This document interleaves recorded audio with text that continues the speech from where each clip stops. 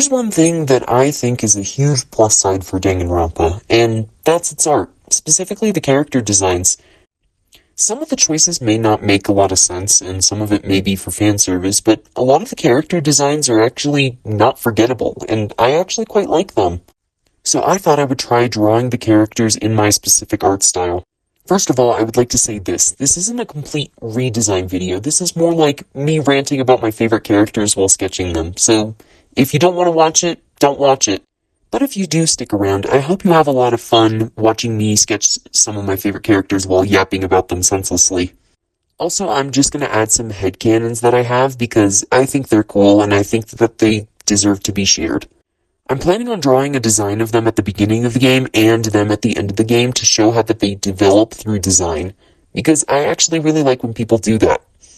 I already sketched out the characters so you don't have to go through that painstaking process, but anyway, enough of me yapping, let's get started to me yapping.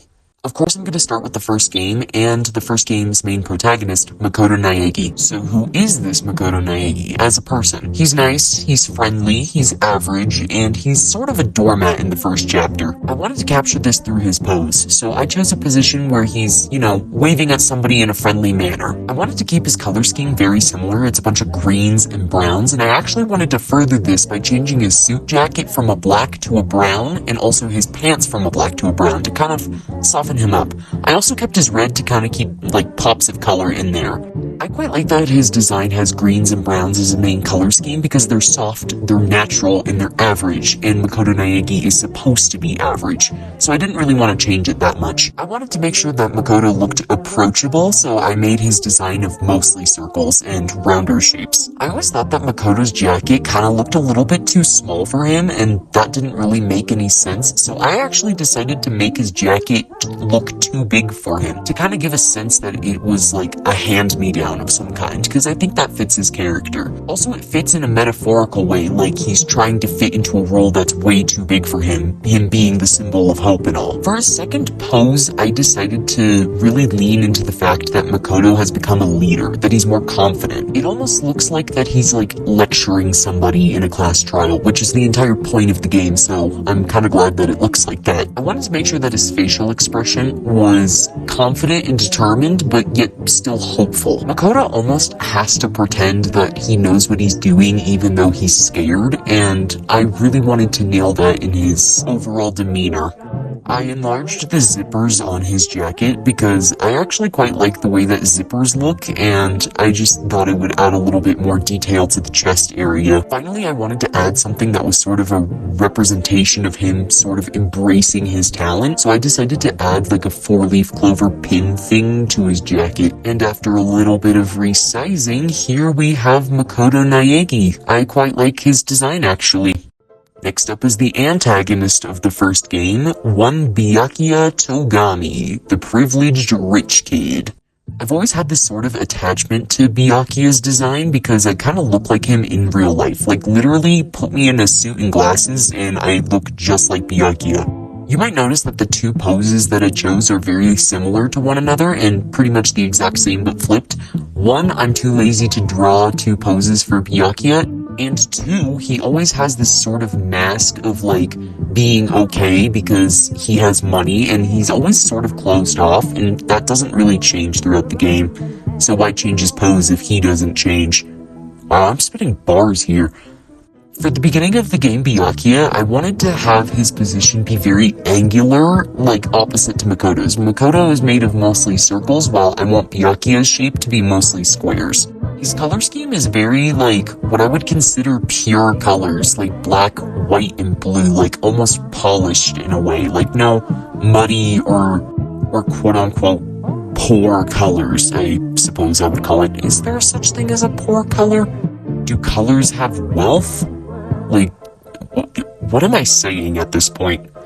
In his first design, I wanted it to look like not a hair was out of place, he, spent hours trying to make sure that he looked okay before even going outside.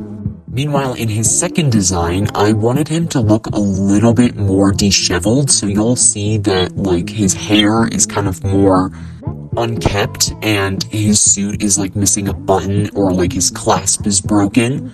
and he just doesn't have the energy to fix it anymore because he's too stressed about everything that's going on around him.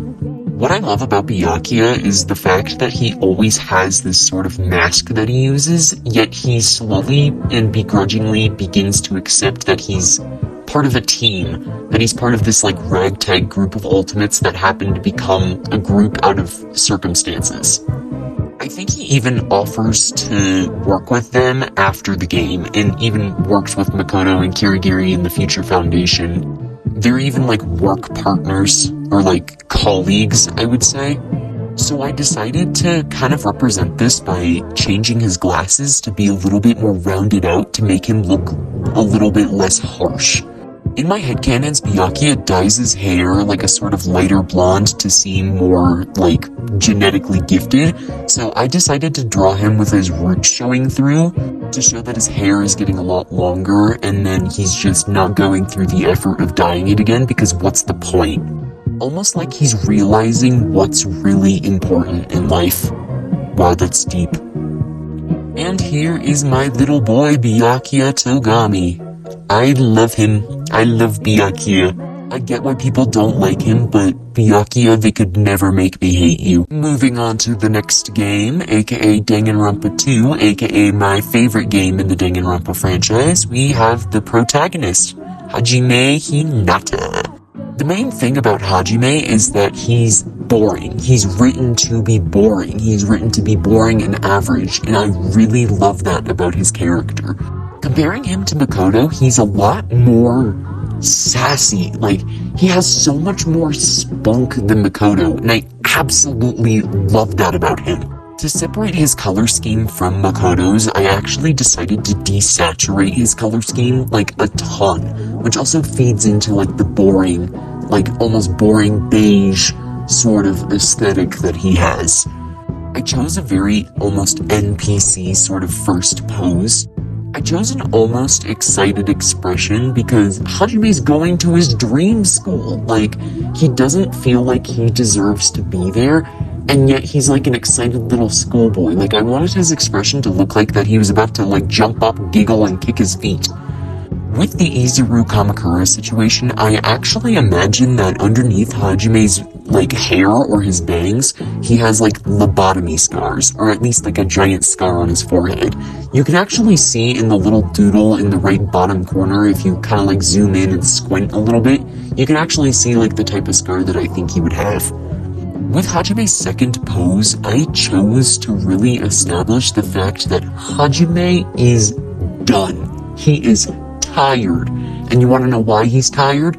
Turns out Ultimates are a lot more energetic than he originally thought, and he has been putting up with them for an entire game, specifically one named Nagito. This kind of circles back to the fact that Hajime is a lot more spunky than Makoto, because he's not afraid to tell the Ultimates that they're wrong, and even, like, question their morals and their, like, thinking process. Even after finding out that he's not an ultimate himself, he's not afraid to talk down to people if he thinks they're being stupid. I obviously gave Hajime his iconic heterochromia. I love that representation for him, and I think heterochromia looks very cool. And I think it also gives Hajime a little pop of color that he needs. And here is Hajime. He needs a break.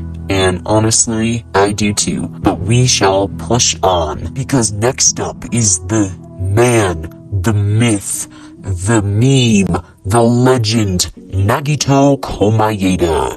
One thing that I don't think is talked about enough with Nagito is that he goes through one of the biggest changes in Danganronpa history. And that's just in Chapter 1. Like, everybody who plays through Chapter 1 is like, oh hey, look at this guy with the jacket, you know, he's so chill and nice, maybe we can be friends with him. Then the entire first chapter happens. And, oh god, everything just goes downhill from there. I wanted to really capture that state of bliss that people have in the first chapter when they think Nagito is just this chill guy. So I decided to kind of make his pose almost mimic Makoto's in a way, because also a lot of people have noticed that Nagito and Makoto are both very similar. They have the same voice actor, they have the same talent, they have the same color scheme, and I just really wanted to kind of tie that into Nagito. I really wanted to capture that overall, like, feeling of just vibes that you get from Nagito, where it's kind of like, oh, he's polite, he's being really nice to us, like, he kind of thinks badly about himself, oh no, but, he's being really nice to us, at least. Yet there's always sort of this undertone of, like, he's kind of creepy in a way. Almost like he's, like, a little bit unnatural. Like, how does he know all these things about these people? Why did he phrase that sentence like that? Sort of like that kind of vibe, where people are starting to get a little bit suspicious, but, like, they still think Nagito is just a friendly dude. As you may have noticed, I've given Nagito some more scars to kind of allude to his past in a way. I imagine most of them to be burn scars after the plane crash, but also, like, there's like a scratch on his cheek.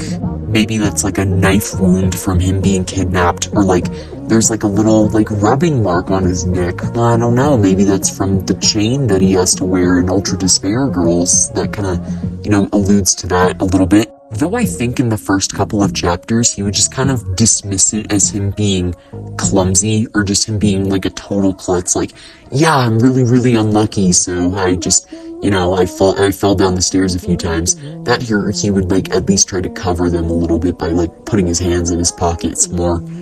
Though in the later chapters, I think he would be like, yeah, actually most of these were because I literally got Final Destination in real life and a plane exploded and killed my parents.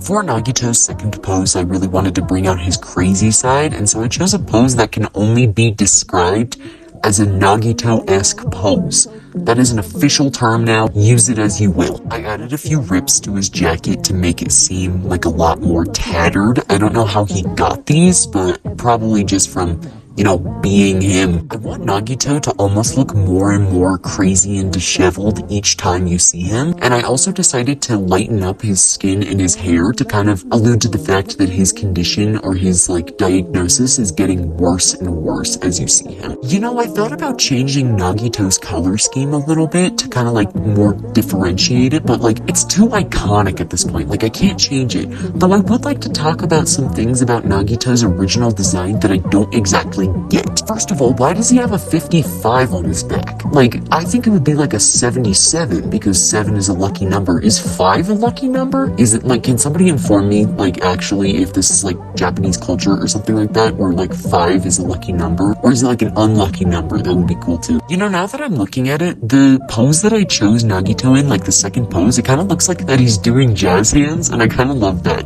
I'd imagine that in his second pose, he's going on one of his famous spiels about luck and hope and shit. Of course, I had to add Nagito's little swirly eye thing that he does whenever he's going nuts. Okay, back to his original design.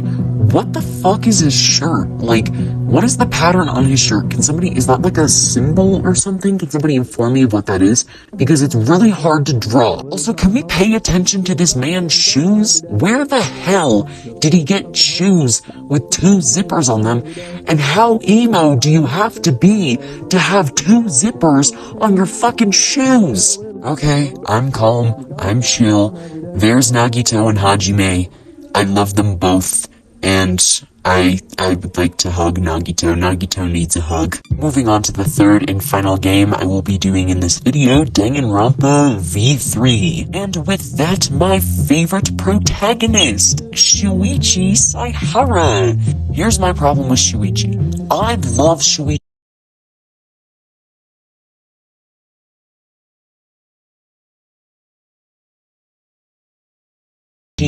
very much. He's one of my favorite characters in Danganronpa, and yet I have so much trouble drawing him, and I don't know why. He's not the most complicated character to draw, but I'm always unhappy with the result. So let's see if I can change that. I think Shuichi's color scheme really stands out compared to the other 2 protagonists because there's not a hint of green in sight. Thank God, I was tired of using that color. I of course had to have him go through his little shy boy arc, so I gave him his hat, just like in the game, because I actually like how it's used, and I also put his bangs a little more in front of his eyes. Speaking of Shuichi's eyes, there's like this weird, like, effect that people have where in, like, a lot of fan art, people will draw Shuichi with, like, gold eyes, and I don't really understand it, because, like, looking at his character design, his eye color is green.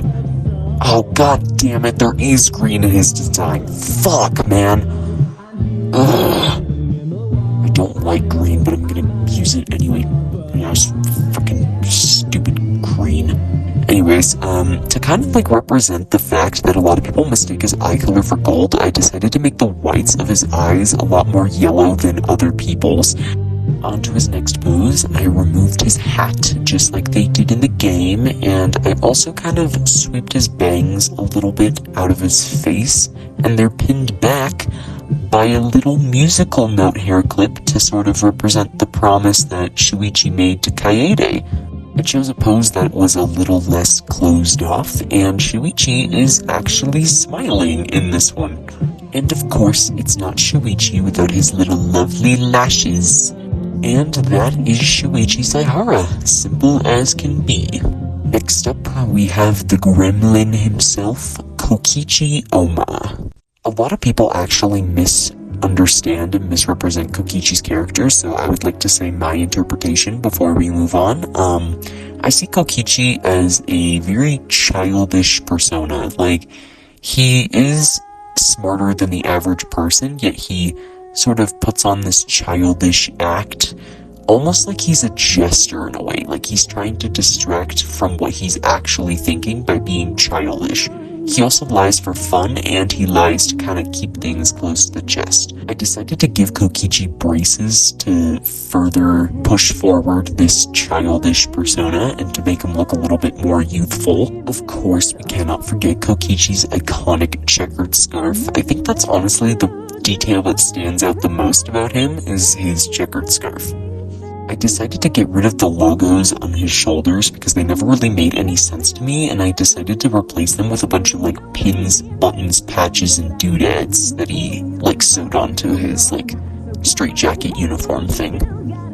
The pins I chose were a little like purple nuclear symbol, a spoof off of like Nirvana sort of, like the Nirvana logo, and then I chose the Russian flag.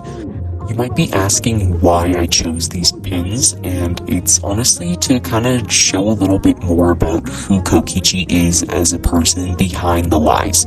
I chose a nuclear symbol because that's supposed to like represent the fact that he puts on this like warning label, like he's like toxic and all that, like he intentionally tries to be toxic, and he has like a lot of like warning signs to tell you to like stay away and that kind of stuff. The Nirvana logo I chose because I just think Kokichi would like that band, or like bands like that in general, so it's kind of like a spoof off of Nirvana, just like how Danganronpa does like spoofs off of different drinks like Dr. Hopper, like Panta or Blue Ram to, you know, kind of spoof off of Red Bull and the brand Fanta.